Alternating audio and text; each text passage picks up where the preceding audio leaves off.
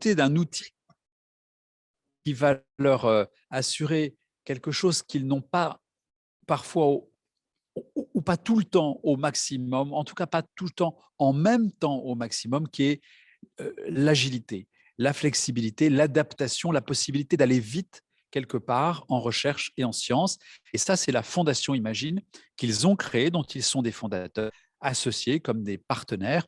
Mais il n'y a pas que, il y a aussi des personnes privées, il y a aussi des industriels, des grands donateurs, des mécènes qui sont partenaires de l'Institut Imagine. C'est cet alliage qui est très intéressant. C'est toujours un petit pas de côté de pouvoir jouer sur un terrain public extrêmement solide, 200 ans de pédiatrie génétique à Necker enfants malades, et d'innover en apportant tout ce qui est nécessaire pour que ces enfants trouvent la meilleure recherche d'aujourd'hui pour inventer la meilleure médecine de demain. Marie, si tu avais toi quelque chose à dire. Alors ici, on est donc dans l'atrium d'Imagine. Et donc, l'atrium, c'est la salle de consultation où les enfants viennent avec leurs parents pour venir en consultation et venir voir les médecins qui les suivent. On a beaucoup de chance parce que c'est un lieu qui est comme vous pouvez l'entendre. En plus, aujourd'hui, on a beaucoup de chance.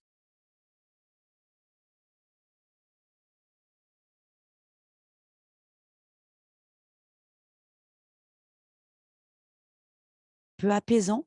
Et puis, on a ce grand jardin dans lequel, j'y vais, dans lequel on peut marcher aussi. Voilà.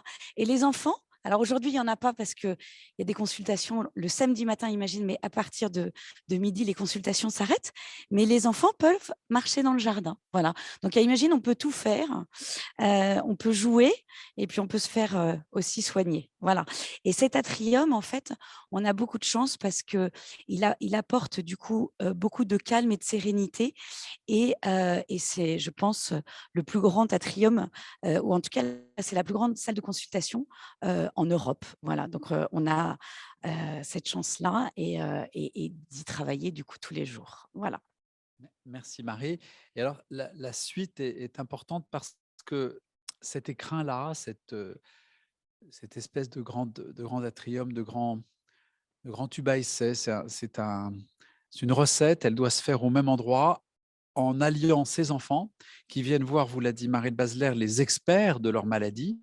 Ce sont les centres de référence experts du plan des maladies génétiques en France.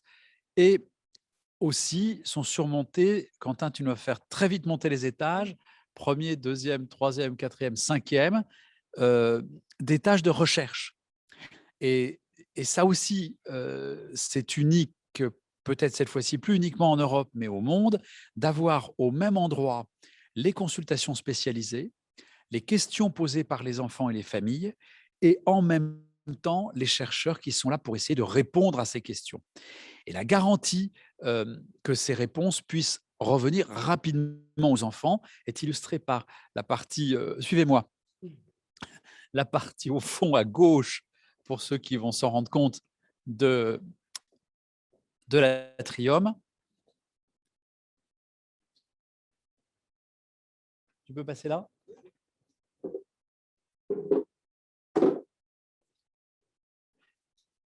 Qui débouche ici sur ce qu'on appelle un centre de recherche clinique, c'est-à-dire l'endroit où on va pouvoir essayer les molécules nouvelles, les traitements nouveaux qui ont été inventés par les chercheurs qui sont dans les étages que vous avez vus. Donc, il y a une espèce de boucle vertueuse, en tout cas, on espère qu'elle est vertueuse et qu'elle va accélérer les capacités de traitement, de diagnostic et de traitement. Les enfants, les médecins experts, les chercheurs, le retour à la médecine expérimentale, c'est-à-dire à ce qu'on appelle aujourd'hui la recherche clinique. Voilà exactement le but d'Imagine. Avoir tout ça en un même endroit, c'est unique au monde. Il n'y a qu'un endroit où on a tout ça à portée de main. Ce n'est pas une garantie qu'on va faire des découvertes tous les jours. On ne se programme pas, c'est le principe. Mais c'est une garantie que si jamais il y a une invention, si jamais il y a une découverte, on ne va pas louper son application vers les soins. Ça, c'est très important. On ne peut pas se permettre de louper une bonne idée. On peut essayer de faire tous les ingrédients pour qu'elle arrive le mieux possible, les meilleurs chercheurs, les meilleurs médecins, les meilleures études, les meilleurs financements aussi, c'est important. Mais, mais ça ne se Ça ne se détermine pas à l'avance, ça ne se prédit pas. En revanche, on peut prédire, programmer, mettre en place le système pour ne pas louper la moindre bonne idée qu'on puisse avoir. Et ça, c'est Imagine. Alors cette idée d'avoir tout ce monde en un même lieu, c'est exactement ce que le fondateur de l'Institut, le premier visionnaire, il y en a eu d'autres, mais celui qui a vraiment eu la vision initiale, que vous allez peut-être entendre tout à l'heure dans une conférence si vous vous branchez à 15 Mhm. heures, c'est le professeur Claude Grisselli. Claude a eu cette idée assez tôt, aux alentours de l'année 2000. Je me souviens des premières réunions, je prenais des notes à cette époque, donc c'était très modeste, mais il y avait autour de lui Alain Fischer que j'ai cité, Arnold Munich qui est aujourd'hui le président du conseil d'administration de la Fondation Imagine, Corinne Antignac, une grande chercheuse en génétique des maladies rénales, que vous entendrez peut-être à la conférence tout à l'heure, et d'autres, je pense à Francis Brunel, un radiologue incroyable, etc., qui étaient tous autour de Claude, et il a su nous lier, nous unir pour que cette vision devienne un rêve, et que ce rêve devienne collectif, et que cette vision d'un rêve collectif devienne une réalité par la sortie de terre de l'architecture d'Imagine en 2014, en mars 2014, dans un chantier de 2 ans et demi, très court, très très court, pour 20 000 mètres carrés, à peu près 20 000 mètres carrés, en plein milieu de Paris, à Montparnasse. On vous montrera peut-être tout à l'heure la ville de Paris vue d'Imagine. Et ce patrimoine-là, il est, comment dirais-je, il n'a pas de prix. Alors bien sûr, le bâtiment a un prix, et c'est un prix cher, mais qui a été, par rapport au prix comme on dit, au prix du neuf, dans le 15e arrondissement de Paris pour 20 000 mètres carrés, est tout à fait raisonnable. C'était 60 millions d'euros auxquels ont contribué la Fondation Imagine, que j'ai citée, mais aussi l'État, à travers le ministère de la Santé, la région Île-de-France, l'AFM Téléthon, l'université, l'INSERM, bref, tous ces fondateurs publics et aussi institutions, et aussi la ville de Paris. Et c'est important que Paris, le département, la ville de Paris, Paris, le Paris qu'on aime, se soit doté d'un institut transparent, lumineux, où on fait une recherche en génétique qui n'est pas secrète, qui n'est pas cachée, mais qui est au vu et aux yeux de tous, comme aujourd'hui pour vous tous. On va peut-être avancer un peu dans la visite en cheminant au travers euh, de ces vitres dépolies qui cachent cette zone d'hospitalisation, hospitalisation de jour de recherche, hein, les enfants d'essais cliniques. On va passer devant une exposition qui a été montée par ton service. Marie, alors tu veux peut-être en dire un mot. Donc là, c'est une exposition sur le patrimoine génétique, hein, voilà, où en fait, on est tous humains, mais on est tous différents. Et en même temps, on n'est pas si différents que ça, parce qu'en fait, on se ressemble à 99,9%. Et pourtant, on est tous très, très différents génétiquement. Donc ça, c'est si vous voulez venir cet après-midi, n'hésitez pas. On est ouvert jusqu'à 17h30, voilà, pour voir l'exposition. Et si vous voulez, on pourra aussi la mettre en ligne pour que vous puissiez la découvrir si malheureusement, vous ne pouvez pas vous déplacer. Voilà. Merci Marie. Alors, c'est très intéressant. Marielle Basler débute sur 99,9 d'identité entre les hommes. C'est incroyable. Donc, on est des clones. Ben non, parce que le 0,1% de différence porte sur un génome gigantesque, absolument gigantesque. 3 milliards de caractères génétiques, et 2 fois, puisqu'on en a 3 milliards du père et 3 milliards de notre mère. Donc, chacun d'entre nous diffère de 0,1%. Alors, si vous faites 0,1% de 100, ça ne fait pas beaucoup.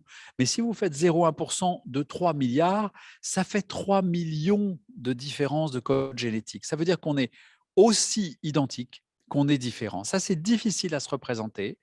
Et c'est aussi un des défis très importants de la génétique moderne, parce qu'on sait le séquencer, c'est-à-dire on sait le lire, ce génome chez chacun d'entre nous, aujourd'hui de manière très compétitive, pour des coûts qui sont devenus raisonnables, non seulement en recherche, mais même en soins, même en diagnostic. Et pourtant, là, on se heurte à quelque chose qui est terriblement difficile. C'est au milieu de ces 3 millions de différences entre chacun de vous et moi, entre chacun de vous séparément, de trouver les différences qui ont un sens, c'est-à-dire pour nous en médecine génétique, qui sont responsables ou associés ou prédisposants à une maladie génétique. Et c'est exactement une des missions les plus importantes d'Imagine, c'est la toute première, c'est d'essayer de faire le tri dans ces différences génétiques entre des enfants qui souffrent d'une maladie et n'importe quel enfant qui ne souffre pas de maladie. Donc on va, comme souvent en science et toujours en génétique, on va comparer. On va comparer le génome d'une personne atteinte avec le génome d'une personne en bonne santé et essayer ainsi de trouver les traces des différences. Et dans ces différences très nombreuses, d'essayer de trouver celles qui vont nous mener au diagnostic de la maladie, voire au traitement. Voilà donc le sens de cette exposition, tous, tous humains, tous différents, qui est une des racines très profondes de l'Institut Imagine. Mais je parle, et on va aboutir à l'autre extrémité de l'atrium, celle qui est du côté sud, pas très très bon en orientation, et qui va vous mener à un endroit que beaucoup de parents, beaucoup de familles parisiennes d'Île-de-France connaissent, qui est l'hôpital Necker Enfants Malades. Et c'est ainsi que vous voyez qu'il n'y a pas de discontinuité entre un institut de recherche, d'université et de soins comme Imagine et l'hôpital Necker Enfants Malades qui a voulu cet institut sur son terrain, sur son emprise. Et donc là, pour ceux qui ont un enfant qui a été un jour hospitalisé, soigné et guéri à Necker Enfants Malades ou aux urgences, eh bien, vous voyez l'entrée par laquelle les patients viennent à Imagine. Alors chaque année, c'est 35 000 consultations, 30-35 000 35 000. 35 000 consultations à Imagine, c'est-à-dire 10% des consultations de Necker Enfants Malades. Ça veut dire que 10% aujourd'hui des enfants qui viennent à l'hôpital ont quelque chose qui peut avoir une résonance avec une maladie génétique. C'est énorme et c'est beaucoup plus pour les enfants hospitalisés. On est à peu près à 60-70%. Les enfants hospitalisés à Necker ont quelque chose qui a au moins une racine génétique. Ça veut dire que la médecine pédiatrique a changé. On avait affaire à la prématurité, aux infections, à la tuberculose, parfois même aux accidents. Et maintenant, la bascule s'est faite, ça c'était les années 1950-60, la bascule s'est faite dans un pays développé. Ces premières causes se sont bien améliorées, pas complètement, mais très largement. Et c'est la place des maladies génétiques aujourd'hui pour la plus grande partie des enfants hospitalisés à Necker Enfants Malades. Et c'est ces enfants-là qui nous sont confiés par Necker pour des spécialistes de Necker qui consultent à Imagine pour la question de la génétique. Voilà comment fonctionne notre système. Alors, il n'y a pas que les enfants de Necker, parce que les enfants de Necker, ça veut dire l'Île-de-France et ça veut dire très souvent même la France et l'étranger. C'est à peu près un tiers de recrutement qui n'est pas à Paris et un bon 10-15% d'enfants qui viennent de l'étranger. Voilà le sens de cet atrium, lumière, innovation.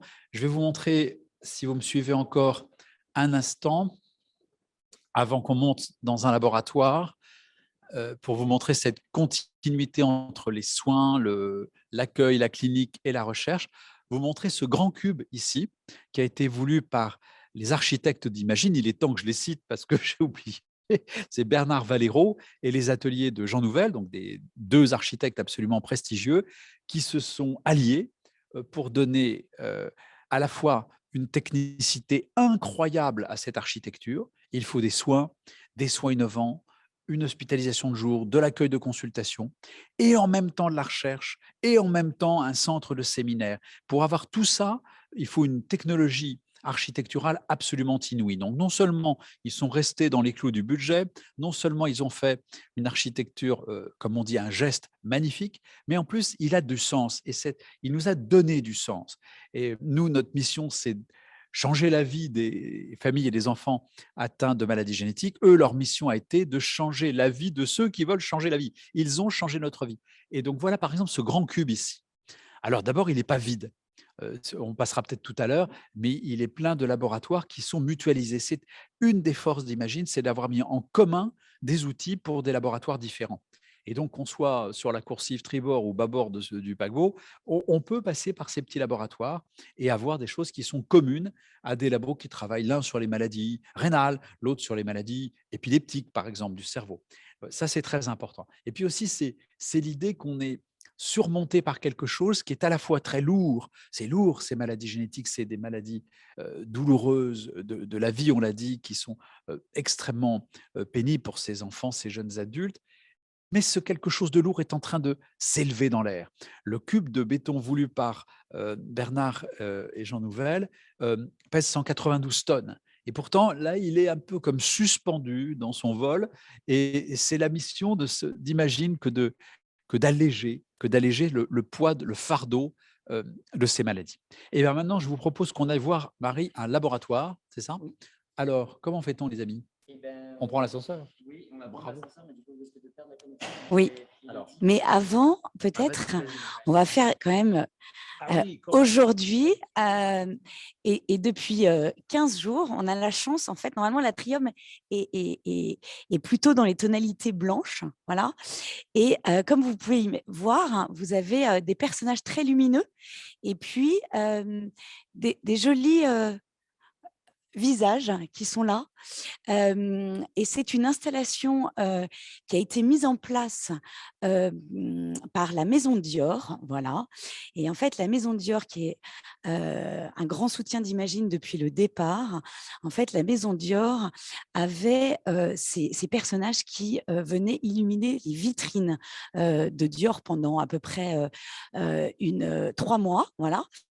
Et, et en fait, ils se sont dit, mais c'est dommage parce que en fait, il faudrait donner une deuxième vie à ces personnages. Et ça serait bien que cette deuxième vie, elle se fasse à Imagine et qu'elle se fasse pour les petits patients qui viennent à Imagine. Voilà. Donc, cette installation a été faite avec l'accord, bien évidemment, de l'artiste, qui est Marco Lodola, qui est un artiste italien. Voilà. Et comme vous pouvez le voir, en fait, dans les vitrines, il n'y avait pas ces petites bulles, voilà, qui sont des petites bulles d'expression qu'ont fait les enfants. Voilà, donc là, je pense qu'il y a un médecin qui devait être un peu en retard. Donc, clairement, le message est clair. C'est en retard. Et après, on a des cœurs. Peut-être, Quentin, si tu peux venir jusqu'ici, parce que j'ai vu tout à l'heure un message qui me touche beaucoup. Voilà, merci pour ce lieu magique qui nous donne l'espoir de trouver un jour le traitement adapté. Maya, 12 ans. Voilà. Un autre message très touchant, merci de nous aider. Voilà. Donc, c'est une installation qui va rester ici pendant plusieurs mois et ça fonctionne bien.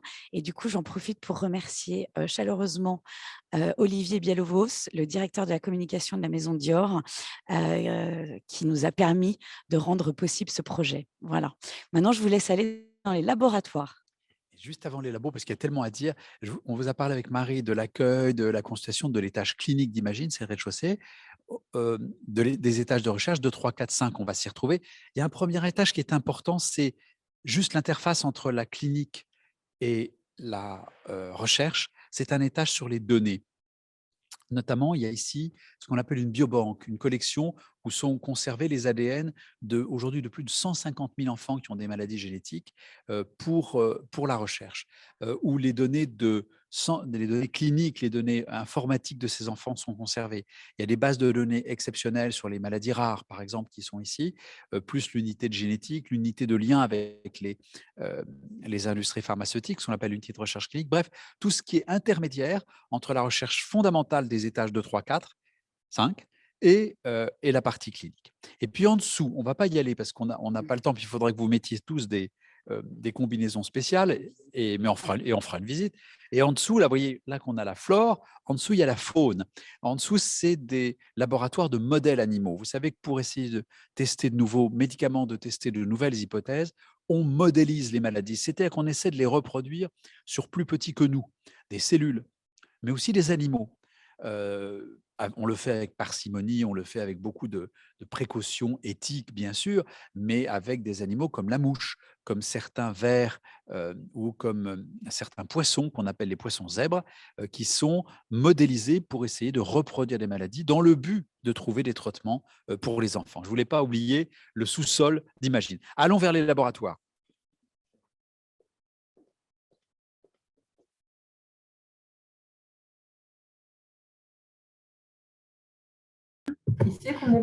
Bonjour à tous. Élodie Dandelot, je travaille à l'Institut Imagine et comme on sait que notre connexion Internet est un peu capricieuse, notamment en raison du matériel et des multiples salles qui font que le réseau a un peu de mal à passer, je vous propose de prendre temporairement, bien sûr, vous allez retrouver Stanislas Lyonnet bientôt, le relais. Est-ce que vous avez des questions jusque-là? N'hésitez pas à utiliser le chat euh, pour, euh, pour ça ou bien à prendre la parole si vous le souhaitez, profitez-en. J'attends un petit peu.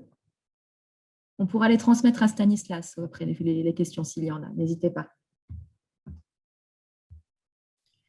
Bonjour à tous, je suis Mélissa, je permets d'appuyer Élodie dans cette page. Si vous voulez poser vos questions à l'oral, vous pouvez lever la main et j'activerai votre micro.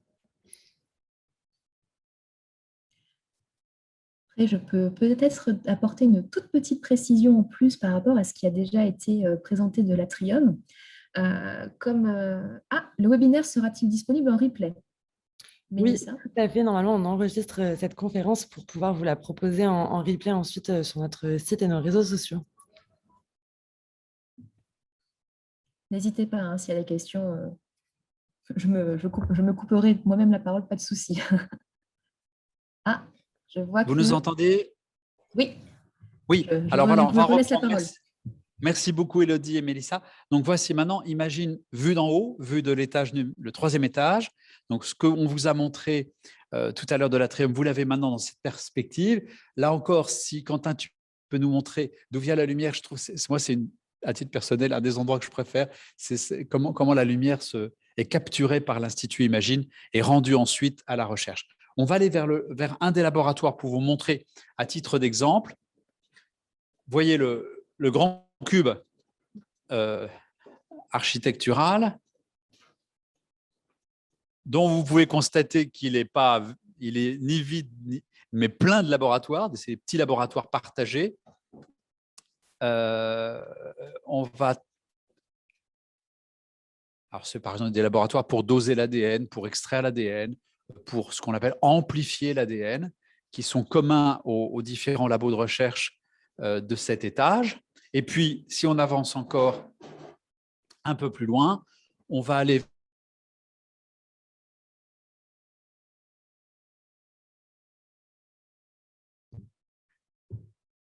Alors, la connexion est de nouveau perturbée, c'est tout à fait normal étant donné les circonstances. Anarita est une chercheuse. Vous nous entendez là? On vous réentend, oui. D'accord, très bien. Donc, on va entrer chez Anarita, si je puis dire. Alors, vous voyez, c'est un laboratoire au nom complexe, travaille sur la chromatine et la régulation génétique au cours du développement, et on va entrer chez Anarita.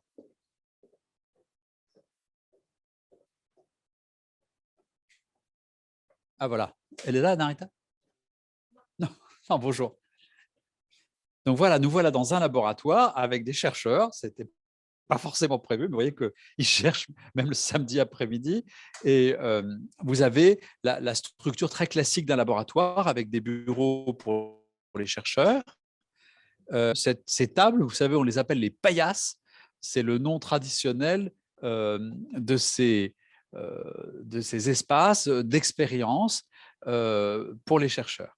Alors, ce sont des chercheurs ici, c'est le symbole de ce dessin, qui travaillent non pas tellement forcément sur, comme on le disait tout à l'heure, la séquence de l'ADN, c'est-à-dire l'enchaînement de ces 4 lettres rouges, jaunes et ocre, c'est ça, mais qui travaillent sur la manière dont cette séquence étant identique, le gène va s'exprimer ou ne pas s'exprimer, c'est-à-dire se manifester par un produit du gène qu'on appelle l'ARN. Tout ça est complexe, mais ce laboratoire travaille essentiellement sur les gènes de la globine, c'est-à-dire les gènes qui produisent notre hémoglobine, pour essayer de voir comment on pourrait corriger les maladies de l'hémoglobine, non pas en corrigeant la séquence, mais en corrigeant l'expression du gène. Alors en fait, il travaille sur les deux. Il travaille sur les ciseaux moléculaires qui pourraient corriger la séquence et aussi sur la modification de l'expression, comment activer un gène qui est endormi, réactiver un gène qui a été endormi pendant le développement normal et qu'on voudrait utiliser. Voilà tout ce sujet très vaste. Et vous avez donc ici un laboratoire très typique de l'Institut Imagine. On va avancer un petit peu jusqu'au bout. Une autre chercheuse, Donc, vous voyez, ils n'arrêtent pas de bosser ici, comme dans tous les labos de l'Institut. Alors, un petit mot, parce que Anarita Miccio a cela de particulier. Vous l'avez reconnu, c'est un nom italien. Et ce n'est pas un hasard qu'elle soit ici. C'est que l'Institut Imagine s'est ouvert à des chercheurs internationaux par ce qu'on appelle un appel d'offres, en disant à des chercheurs dans des domaines qui sont très stratégiques pour nous, que nous considérons comme stratégiques, venez, rejoignez-nous. Nous allons amorcer votre travail pendant quelques années. Nous allons rendre possible votre travail, le temps pour vous de l'asseoir sur d'autres financements, sur d'autres recrutements. Cet appel d'offres, Imagine, nous en avons fait 6 et il y a aujourd'hui 8 laboratoires qui nous ont rejoints. Pour beaucoup de l'étranger ou des Français de l'étranger qui sont revenus de New York, Anarita était en Italie, certains étaient en Allemagne, d'autres aux États-Unis. Dans Angleterre, même d'Angleterre, vous voyez, avant le Brexit, ils ont fait un Brexit anticipé pour venir à Imagine apporter leur science, leur savoir à propos du sujet des maladies génétiques. Et puis, je pense qu'on peut terminer la visite pour dire quelque chose que Claude Gresselli avait toujours voulu pour les chercheurs, pour les scientifiques, pour les médecins, c'est de dire personne ne demande le luxe ici, mais on demande que ce soit beau, parce que travailler dans le beau, c'est travailler dans le vrai. C'est donner un sens à son travail. C'est pouvoir arriver le matin ou passer des week-ends là, ou passer parfois des nuits de recherche. Et c'est mieux. Et ce n'est même possible que quand c'est dans le beau. Et on va vous montrer une belle chose à Imagine. C'est le centre de séminaire qui surplombe Paris. Et on va retraverser les corridors et vous emmener pour une dernière image vers les toits de Paris ensoleillés par ce samedi d'été. Allez, avançons. Merci beaucoup. Merci de votre accueil. Au revoir.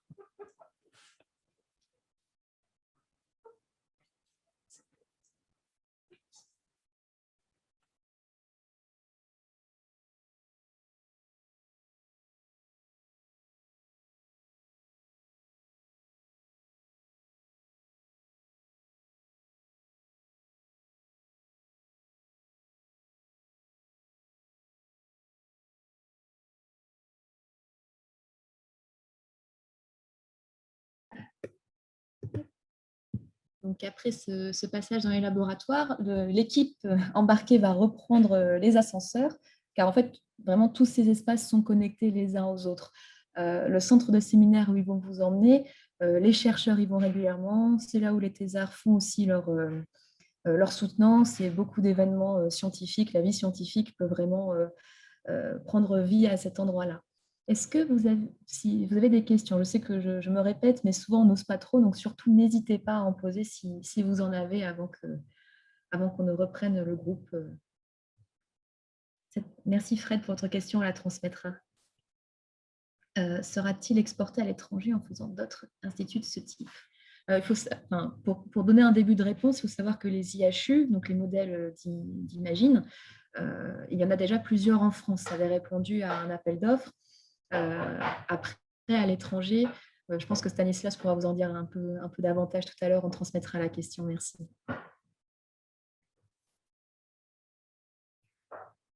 Par rapport à l'Atrium, on peut aussi du coup, comme il y a beaucoup de maladies différentes, comme par exemple l'épilepsie, qui sont présentes chez les patients, il faut savoir que toute l'architecture a aussi été pensée exprès pour que ces enfants soient en toute sécurité. Par exemple, il y a les espaces où ils peuvent s'asseoir. C'est vraiment une matière qui fait que si les enfants se cognent, par exemple, parce qu'ils tombent, parce qu'ils courent ou quoi que ce soit, du coup, ça évite qu'ils se blessent. Le revêtement du sol aussi a été pensé spécifiquement pour éviter le bruit, par exemple. Ah, je vois que Quentin a repris avec Stanislas Lyonnais. C'est bon. Alors voilà, nous voilà au 7e d'Imagine. Je voudrais commencer par 2 petites notes qui sont un peu décalées par rapport à la science et à la médecine, mais au fond, pourquoi pas, qui sont des notes artistiques. Ce piano a été donné à Imagine par un grand jazzman français. Il s'appelle Jean-Loup Longnon, qui est trompettiste de métier, mais qui compose et composait sur ce piano. Il nous a été légué en quelque sorte par Jean-Loup, qui va très bien, je vous rassure, mais qui a préféré qu'il soit, Imagine, en pleine lumière et utilisé par des jeunes plutôt que dans son appartement à composer du jazz. Et puis un peu plus loin, ici, vous allez voir alors peut-être moins bien que le soir, moins bien que la nuit, une œuvre qui est cette trace, cette ligne claire qui s'éclaire la nuit toute seule, parce que c'est du fluo, c'est du néon, de l'argon, je ne sais plus, qui devient bleu sur ce mur blanc avec la nuit parisienne. C'est absolument magnifique. C'est une œuvre de François Morlet qui a été installée et léguée à Imagine, qui s'appelle Trois arcs de néon inclinés 0,90-45, qui a été installé en 2014, qui est un don de l'artiste François Morlet, un des plus grands artistes contemporains français, qui est malheureusement mort il y a quelques années, 2-3 ans je crois, et la galerie Kamel Menour. Et donc c'est Kamel et François Morlet qui ont légué à Imagine cette idée très aérienne, à la fois scientifique et élégante, alors vous y verrez ce que vous voudrez. Nous, on y voit une sorte de danse, une sorte de gitane, un geste élégant, un salut qui encourage encore une fois nos enfants et les chercheurs et les médecins. Et puis on va entrer au club des chercheurs pour finir ici la visite.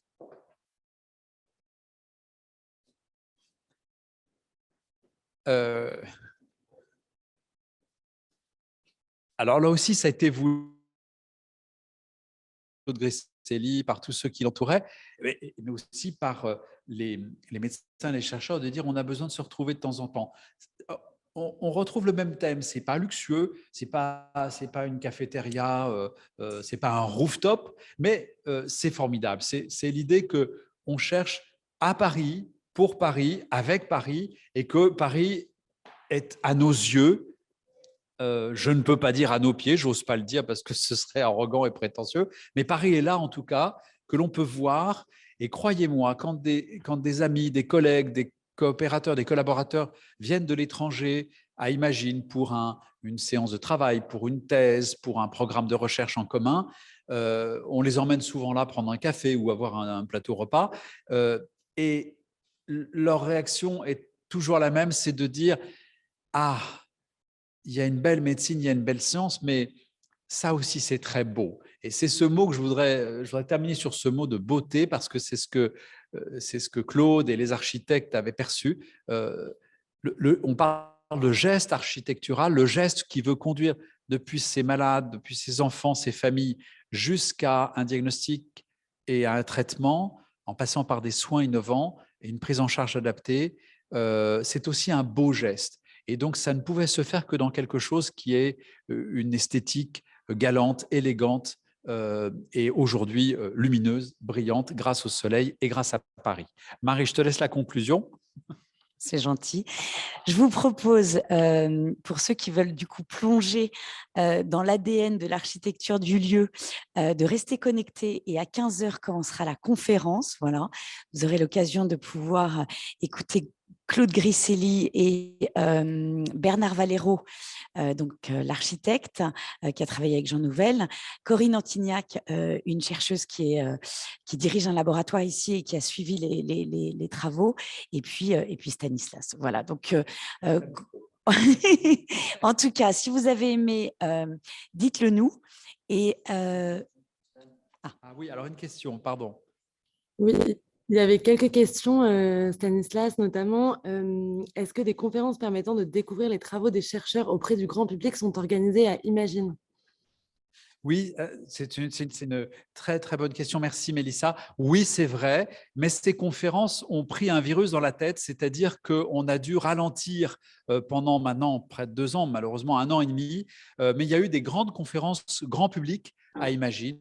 Je pense par exemple à une conférence sur le thème de la génétique de l'autisme, sur le thème des surdités, sur le thème des thérapies géniques. Nous allons reprendre cela, nous allons le reprendre d'abord de manière composite, in vitro et in vivo, comme disent les chercheurs, c'est-à-dire en vrai et à distance, mais nous allons aussi le reprendre de manière plus étendue prochainement. Et c'est un des projets de l'équipe de remettre cela en selle. C'est très, très important. Ça correspond à la mission essentielle qui va au-delà du savoir-faire, qui est le faire savoir, qui est de dire je fais savoir que nous savons ça. Et aussi, j'insiste beaucoup, faire savoir qu'il y a des choses que nous ne savons pas.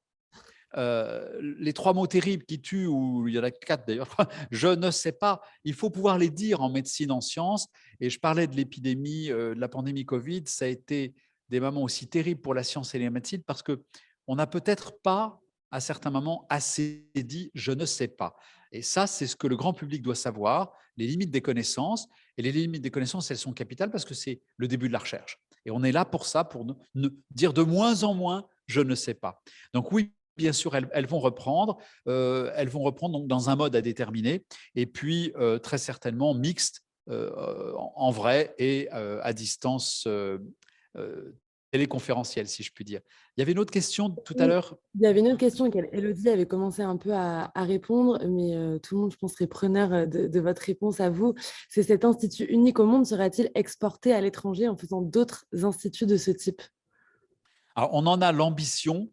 Ce n'est pas le cas aujourd'hui encore, mais on en a l'ambition et l'envie. Et ce n'est pas une envie, comment dirais-je, c'est pas une envie financière ou de faire des affaires. C'est une envie d'exporter un modèle parce que les collègues dont je vous parle et qui viennent visiter l'Institut, d'où qu'ils viennent, sont intéressés par ce modèle. On a vu des amis du Canada, du Québec qui disent ah, il y a quelques années, on était en avance en génétique avec ce qu'on appelle les réseaux d'excellence canadiens, mais là, vous avez fait quelque chose qui est original par rapport à ce qu'on fait. Comment avez-vous fait? On a vu les Anglais de Great Ormond Street. Great Ormond Street, c'est l'équivalent de Necker Enfants Malades à Londres, qui sont venus en disant c'est intéressant votre technique d'architecture qui mélange les soins et la recherche. On a vu des collègues qui venaient du Moyen-Orient, du Golfe, des collègues qui venaient d'Asie aussi, Singapour, Chine, Hong Kong, en disant on aimerait beaucoup. Alors on est au stade du on aimerait beaucoup, et une des raisons de cela, c'est pas qu'on protège notre modèle, on voudrait au contraire le diffuser.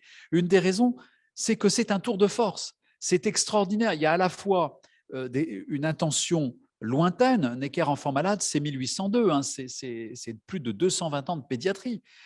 Donc il y a des racines extrêmement profondes. Vous savez ce qu'on dit, les pieds dans la tradition, la tête dans l'innovation, mais c'est là aussi en médecine que ça se passe.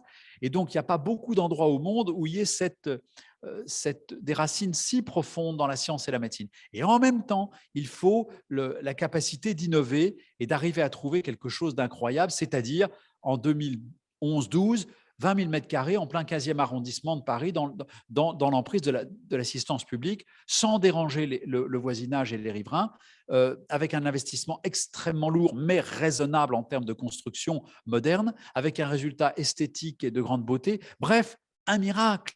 Donc, et les miracles,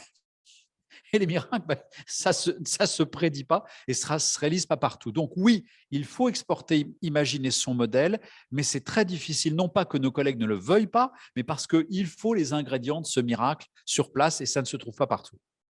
Merci beaucoup, Stanislas. Il reste juste deux petites questions. Une question sur les modes de recrutement. Ça, je vous invite à aller sur le site internet. On a une rubrique recrutement pour toutes les informations. Et du coup, la dernière, qui est quels sont les différents métiers des personnes qui travaillent à l'Institut Imagine, s'il vous plaît?